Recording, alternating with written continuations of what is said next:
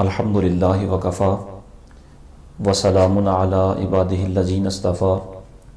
خصوصاً علی سید الانبیاء علیہ تحیۃ والثناء اما بعد فاعوذ باللہ من الشیطان الرجیم بسم اللہ الرحمن الرحیم قد نرى تقلب وجهك في السماء فلنولينك قبلة ترضاها فول وجهك شطر المسجد الحرام وحيث ما كنتم فولوا وجوهكم شطره وإن الذين أوتوا الكتاب ليعلمون أنه الحق من ربهم وما الله بغافل عما يعملون صدق الله مولانا العظيم وصدق رسوله النبي الكريم الأمين۔ بعد از حمد و ثنا سورہ بقرہ کی 144 نمبر آیت مبارکہ آپ نے سماعت فرمائی۔ اللہ رب العالمین ارشاد فرماتا ہے، ہم دیکھ رہے ہیں بار بار تمہارا آسماں کی طرف منہ کرنا، تو ضرور ہم تمہیں پھیر دیں گے اس قبلہ کی طرف جس میں تمہاری خوشی ہے۔ ابھی اپنا منہ پھیر دو مسجد حرام کی طرف، اور اے مسلمانوں تم جہاں کہیں ہو اپنا منہ اسی کی طرف کرو، اور وہ جنہیں کتاب ملی ہے ضرور جانتے ہیں کہ یہ ان کے رب کی طرف سے حق ہے، اور اللہ ان کے اعمال سے بے خبر نہیں۔ اس آیت مبارکہ سے مفسرین کرام نے جو مسائل شرعیہ مستنبط فرمائے، ان میں سے سب سے پہلا مسئلہ تو یہ ہے کہ ہر نمازی کے لیے یہ لازم ہے کہ وہ جہاں کہیں بھی ہو، سفر میں ہو یا حضر میں، خانہ کعبہ کی طرف منہ کر کے نماز پڑھے۔ یہ خانہ کعبہ تمام آفاق کا قبلہ ہے۔ اور دوسرا مسئلہ یہ بیان کیا کہ خانہ کعبہ ہے کیا۔ بیت اللہ شریف، خانہ کعبہ ایک مخصوص رقبہ اور ایک مخصوص فضا کا نام ہے، اور وہ فضا تحت الثری سے لے کر آسمان کی بلندیوں تک یہ فضا قبلہ ہے، یہی فضا کعبہ ہے۔ اس فضا کے اندر جو پتھر استعمال ہوئے، جن سے دیواریں تعمیر ہوئیں، وہ دیواریں یا وہ پتھر یا وہ دروازہ یا اس کا غلاف یہ کعبہ نہیں ہے، اس لیے کہ اگر تعمیر کے اندر استعمال ہونے والے یہ پتھر اگر دوسری تعمیر کے اندر نئے پتھر آ جائیں، یہ پتھر کسی اور جگہ پر رکھ دیے جائیں، تو وہ دوسری جگہ اب قبلہ اور کعبہ نہیں بنے گی۔ وہ کعبہ ایک خاص فضا ہے جس میں یہ پتھر لگے ہوئے ہیں، اور یہ پتھر اگر بدل بھی جائیں تو وہ فضا نہیں بدلتی، اس فضا کو کعبہ اور قبلہ کہا جاتا ہے، اور وہاں اللہ رب العالمین کی خاص تجلیات کا ورود ہوتا ہے۔ یہی وجہ ہے کہ چونکہ کعبہ اس فضا کا نام ہے، یہی وجہ ہے کہ اس عمارت کے محاذات میں، مقابل میں اگر کوئی شخص نہ ہو، مثلا وہ فضا میں ہوائی سفر کر رہا ہے یا سمندر کی تہہ کے اندر موجود ہے، تو وہ ظاہر ہے اس بیت اللہ شریف کی بلڈنگ کے محاذات میں اور اس کے سامنے مد مقابل تو نہیں ہو سکتا، لیکن چونکہ وہ اس فضا کے اندر مد مقابل چونکہ ہو سکتا ہے، اس لیے فضا میں پڑھنے والے کی نماز بھی اور سمندر کی تہہ میں پڑھنے والے کی نماز بھی اس جہت میں پڑھی ہوئی قبول ہوتی ہے۔ تیسرا مسئلہ اس آیت کریمہ کے ضمن میں علماء نے یہ بیان فرمایا کہ جو شخص بیت اللہ شریف کا مشاہدہ کر رہا ہے، اس کے لیے یہ لازم ہے کہ اپنا رخ نماز میں عین قبلہ کی طرف کرے، اور جو شخص کعبۃ اللہ سے دور ہے اور وہ بیت اللہ شریف کو دیکھ نہیں رہا، اس کے لیے اب عین قبلہ ضروری نہیں، اس کے لیے اتنا ہی کافی ہے کہ اس کا رخ سمت قبلہ کی طرف ہو جائے۔ یعنی اگر وہ عین قبلہ سے 45 درجے دائیں یا بائیں ہو گیا، تو چونکہ وہ سمت قبلہ کے اندر ہی ہے، اس لیے اس کی 45 درجے کے اندر اندر پڑھی جانے والی نماز قبول ہوگی۔ اور چوتھا مسئلہ اس آیت کریمہ سے علماء نے یہ مستنبط فرمایا ہے کہ ہمیں چونکہ حکم ہے کہ سمت قبلہ کی طرف منہ کر کے نماز پڑھیں، اور نماز چونکہ فرض ہے اس لیے سمت قبلہ کو جاننا یہ بھی فرض ہے۔ اور ہمارے ملکوں میں پاکستان، ہندوستان، بنگلہ دیش، ان علاقوں کے اندر سمت قبلہ عموماً مغرب کی جانب ہوتی ہے، اور اگر سمت قبلہ کسی کو معلوم نہ ہو تو اس پر یہ لازم ہے کہ کسی سے پوچھ کر معلوم کرے، اور اگر کوئی وہاں شخص بتانے والا بھی نہ ہو تو اس علاقے میں جو بنی ہوئی مسجدیں ہیں ان کے محراب اور ان کی علامات دیکھ کر سمت قبلہ کا تعین کرے۔ ان مسجدوں کے ہوتے ہوئے کوئی بندہ از خود تحری کر کے نماز نہیں پڑھ سکتا۔ البتہ اگر یہ بھی علامتیں موجود نہ ہوں، مساجد بھی نہ ہوں، کوئی بتانے والا بھی نہ ہو، کوئی علامت بھی نہ ہو جس سے سمت قبلہ کا تعین کیا جا سکے، تو پھر وہ خود تحری کرے، اور وہ تحری کرتے ہوئے ستاروں کی بھی مدد لے سکتا ہے، ہواؤں کے رخ کی بھی مدد لے سکتا ہے، پہاڑوں سے بھی تحری کر سکتا ہے، یعنی جس طرح وہ چاہے اس طرح وہ تحری کر سکتا ہے۔ پانچواں مسئلہ اس آیت کے ضمن میں یہ بیان کیا گیا کہ اگر کوئی شخص ایسی جگہ ہو جہاں سمت قبلہ معلوم نہ ہو سکے تو وہ چونکہ تحری کر کے نماز پڑھے گا۔ اب تحری کرتے ہوئے، سوچ و بچار کرتے ہوئے اس کے گمان غالب میں یہ آیا کہ فلاں سمت قبلہ ہے، اس نے اس سمت رخ کر کے نماز پڑھنا شروع کر دی، نماز کے دوران ہی اس کا گمان غالب بدل گیا۔ اب اس کا خیال یہ ٹھہرا کہ جس جانب میں منہ کر کے نماز پڑھ رہا ہوں یہ تو جانب سمت قبلہ نہیں، جانب قبلہ تو دوسری ہے، تو اب اس کے لیے یہ کافی ہے کہ وہ نماز کے اندر ہی جس جانب اب اس کا خیال بیٹھا ہے اسی جانب منہ کر کے نماز پڑھنا شروع کر دے۔ وہ پہلی پڑھی ہوئی نماز ضائع نہیں ہوگی، از سر نو دوبارہ پڑھنے کی ضرورت نہیں ہے۔ چھٹا مسئلہ یہ بیان کیا گیا کہ نئے نئے پیش آنے والے واقعات اور حوادثات میں تحری اور اجتہاد مطلوب ہے، اور جو تحری کرتا ہے، اجتہاد کرتا ہے، اس کے لیے یہ لازم ہے کہ وہ بعض اٹکل پچو کی بنا پر کوئی فیصلہ نہ کرے، بلکہ گمان غالب کرے، بھرپور اجتہاد کرے، کوشش کرے، اور اپنی جو اس کو اللہ نے سوچ و بچار کی صلاحیت دی ہے وہ ساری استعمال کرے۔ اس کے بعد جو وہ فیصلہ کر لے اس میں غلطی اور درستگی دونوں پہلو ممکن ہیں، لیکن اگر وہ درستگی ہوئی تو فبہا، اور اگر غلطی بھی ہو گئی تو چونکہ اس نے اپنی پوری کوشش صرف کر لی ہے، اس لیے اگر فیصلہ کرنے میں اس نے غلطی بھی کر دی تو بھی اسے سوچ و بچار کرنے کا اور اپنی صلاحیتوں کو استعمال کرنے کا ثواب بہر صورت ضرور ملے گا۔ اور اس آیت مبارکہ کے ضمن میں ساتواں مسئلہ یہ بیان کیا گیا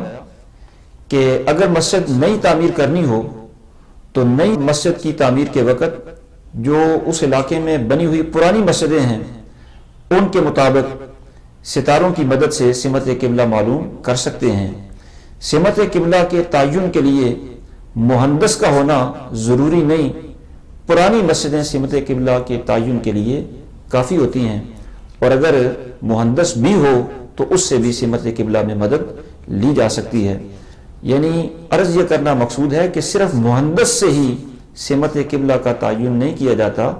اگر یہ ہو تو اس سے بھی ہو سکتا ہے، اور اگر یہ نہ ہو تو باقی قرائن اور دیگر مساجد کی مدد سے سمت قبلہ کا تعین ہو سکتا ہے۔ اور اس آیت مبارکہ کے ضمن میں آٹھواں مسئلہ یہ بیان کیا گیا کہ بیت اللہ شریف کی کسی ایک جانب رخ کر کے نماز پڑھنے سے بھی نماز ہو جائے گی۔ اور اس آیت مبارکہ کے ضمن میں نوواں مسئلہ یہ بیان کیا گیا کہ مسجد حرام میں جماعت کے وقت امام تو مقام ابراہیم کے پیچھے کھڑا ہوگا، اس کے لیے یہی بہتر ہے، اور مقتدی اس طرح صف بنائیں گے اور قطار باندھیں گے کہ بیت اللہ شریف ان کے سامنے رہے اور بیت اللہ کے ارد گرد ان کی صف جو ہے وہ گھومتی رہے گی۔ اس لیے کہ اب اگر امام کے پیچھے یہ سیدھی صف بنائیں تو نمازی زیادہ ہونے کی وجہ سے کچھ نمازی تو قبلہ شریف کی طرف منہ کر سکیں گے، باقی نمازیوں کا منہ قبلہ شریف کی طرف ہو نہیں سکے گا۔ اس لیے یہ اب سیدھی مستقیم صف نہیں بنائیں گے، بلکہ خانہ کعبہ کے ارد گرد وہ صف اس طرح گول گھما کر بیت اللہ شریف کے ارد گرد نمازی صف بنا لیں گے،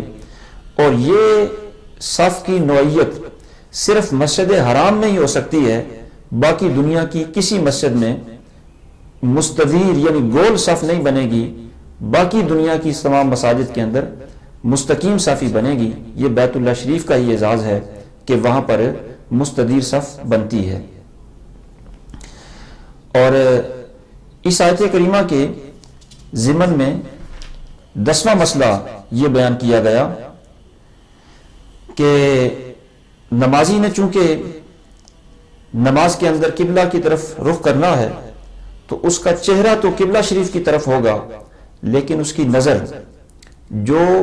مسجد حرام کے اندر ہے قبلہ کو دیکھ سکتا ہے وہ تو قبلہ کو دیکھے، اور عام نمازی جو قبلہ کو دیکھ نہیں رہے ان کا چہرہ بھی چونکہ قبلہ ہی کی طرف ہے، لیکن ان کی نظر حالت قیام میں سجدہ کی جگہ پر رہے گی، اور رکوع کی حالت میں ان کی نظر اپنے پیروں کی پشت پر ہوگی، اور سجدہ کی حالت میں اس کی نظر ناک پر ہوگی، اور قعدہ میں بیٹھے ہوئے اس کی نظر اپنی گود پر رہے گی۔ اور 11واں مسئلہ اس آیت کریمہ کے ضمن میں یہ بیان کیا گیا کہ نماز میں تو ظاہر ہے قبلہ کی طرف رخ کرنا یہ فرض ہے، ضروری ہے، نماز کے علاوہ بھی اگر بیٹھنا ہو تو مستحب یہ ہے کہ قبلہ کی طرف منہ کر کے بیٹھا جائے، اس لیے کہ حضور سید عالم صلی اللہ تعالی علیہ وسلم کا ارشاد گرامی ہے، خیر المجالس مستقبل بہ القبلہ، بہترین مجلس وہ ہے جس میں رخ قبلہ کی جانب ہو۔ تو جہاں کہیں بھی بیٹھیں قبلہ رخ بیٹھیں یہ زیادہ بہتر ہے، اور جسے مسجد حرام میں بیٹھنے کا موقع نصیب ہو اسے تو یہ بہر صورت چاہیے کہ وہ خانہ کعبہ کی طرف ہی منہ کر کے بیٹھے، کیونکہ بیت اللہ شریف کی طرف منہ کر کے بیٹھنا بھی عبادت، اس کی طرف دیکھنا بھی عبادت ہے۔ 12واں مسئلہ یہ بیان کیا کہ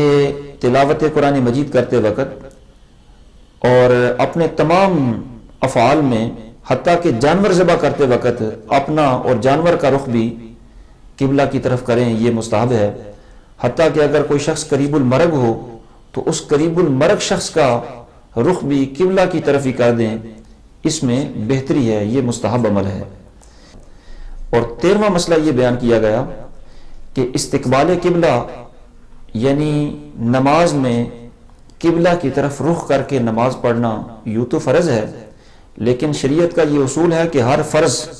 بقدر طاقت ہوتا ہے۔ اس کا مطلب یہ ہے کہ اگر بیت اللہ شریف کی طرف منہ کر کے نماز پڑھنا کسی کے لیے ممکن نہ رہے، کسی کی استطاعت میں نہ رہے، مثلا اسے دشمن کا بہت زیادہ خوف ہو، درندے کا خطرہ ہو، تو اس کے استطاعت نہ ہونے کی وجہ سے استقبال قبلہ کی فرضیت بھی ساقط ہو جائے گی۔ اور 14واں مسئلہ اس آیت کریمہ کے ضمن میں یہ بیان کیا گیا کہ نماز میں قبلہ ہی کی طرف منہ کرنا ضروری ہے، قبلہ کے علاوہ کسی اور جانب حتیٰ کہ آسمان کی طرف بھی بار بار منہ کرنا یہ مکروہ ہوتا ہے۔ حضور صلی اللہ تعالیٰ علیہ وسلم کا یہ خاصہ ہے کہ حضور وحی الہی کے انتظار میں نماز کے اندر بھی رخ انور آسمان کی طرف کرتے ہیں، تو آپ کی ان محبوبانہ اداؤں کو بھی رب العالمین پسند فرماتا ہے۔ عام نمازی کے لیے بیت اللہ کی طرف ہی منہ کرنا لازم ہے، کسی اور جانب دائیں بائیں حتیٰ کہ آسمان کی طرف منہ کرنا بھی اس کے لیے مکروہ ہوتا ہے۔ 15واں مسئلہ اس آیت کریمہ کے ضمن میں یہ بیان کیا گیا کہ عذر کی وجہ سے اگر کوئی شخص لیٹ کر نماز پڑھے تو اس معذور شخص کا بھی قبلہ رخ ہونا ضروری ہے۔ اگر وہ کسی پہلو کے بل لیٹا ہوا ہے تو پھر تو قبلہ کی جانب اس کا منہ ہو سکتا ہے، اور اگر وہ اپنی پشت کے بل چت لیٹا ہو تو بھی اس کا رخ قبلہ کی طرف کرنا ضروری ہے۔ اب اس کے قبلہ رخ کرنے کے لیے اس کے پاؤں بھی قبلہ کی طرف کرنا پڑیں گے تاکہ اس کا منہ بیت اللہ شریف کی طرف ہو جائے، اور اگر ممکن ہو تو اس کا سر تھوڑا سا اونچا کر دیں۔ بہر صورت اس کا بھی قبلہ کی طرف منہ کرنا ضروری ہے تاکہ اس کا رکوع اور سجدہ کم از کم فضائے کعبہ کو ہی ہو جائے۔ اسی طرح میت کو غسل دیتے وقت بھی مناسب یہ ہے کہ اس کا رخ قبلہ کی طرف کر دیا جائے، اور میت کو قبرستان کی طرف لے جاتے ہوئے بھی مناسب یہ ہوتا ہے کہ اس کا سر آگے رہے، خواہ سر آگے کرنے میں رستے کی نوعیت ایسی ہو کہ پاؤں قبلہ کی طرف بھی ہو جائیں تو بھی اس میں کوئی حرج نہیں ہے۔ میت کا قبرستان کی طرف لے جاتے ہوئے سر کو آگے رکھنا ضروری ہوتا ہے۔ اور 16واں مسئلہ اس آیت مبارکہ کے ضمن میں یہ بیان کیا گیا کہ ہجرت سے پہلے مکہ معظمہ میں حضور کی نمازوں کا قبلہ بیت اللہ ہی تھا، پھر ہجرت کے بعد مدینہ منورہ میں 17 ماہ تک بیت المقدس قبلہ رہا، اس کے بعد پھر بیت اللہ شریف قبلہ بنا، تو بیت المقدس کے قبلہ ہونے کا بیان قرآن مجید میں نہیں ہے، بلکہ اس کے قبلہ ہونا یہ حدیث مبارکہ سے ثابت ہے، اور بیت المقدس کا قبلہ ہونا چونکہ حدیث سے ثابت ہے، پھر بیت اللہ شریف کا دوبارہ قبلہ بننا یہ قرآن مجید کی اس آیت کریمہ سے ثابت ہے۔ تو اس سے علماء نے یہ اصول استنباط کیا ہے کہ کتاب اللہ سے سنت رسول اللہ منسوخ ہو سکتی ہے۔ اور 17واں مسئلہ اس آیت کریمہ سے یہ بیان کیا کہ انبیاء کرام علیہم الصلوات والسلام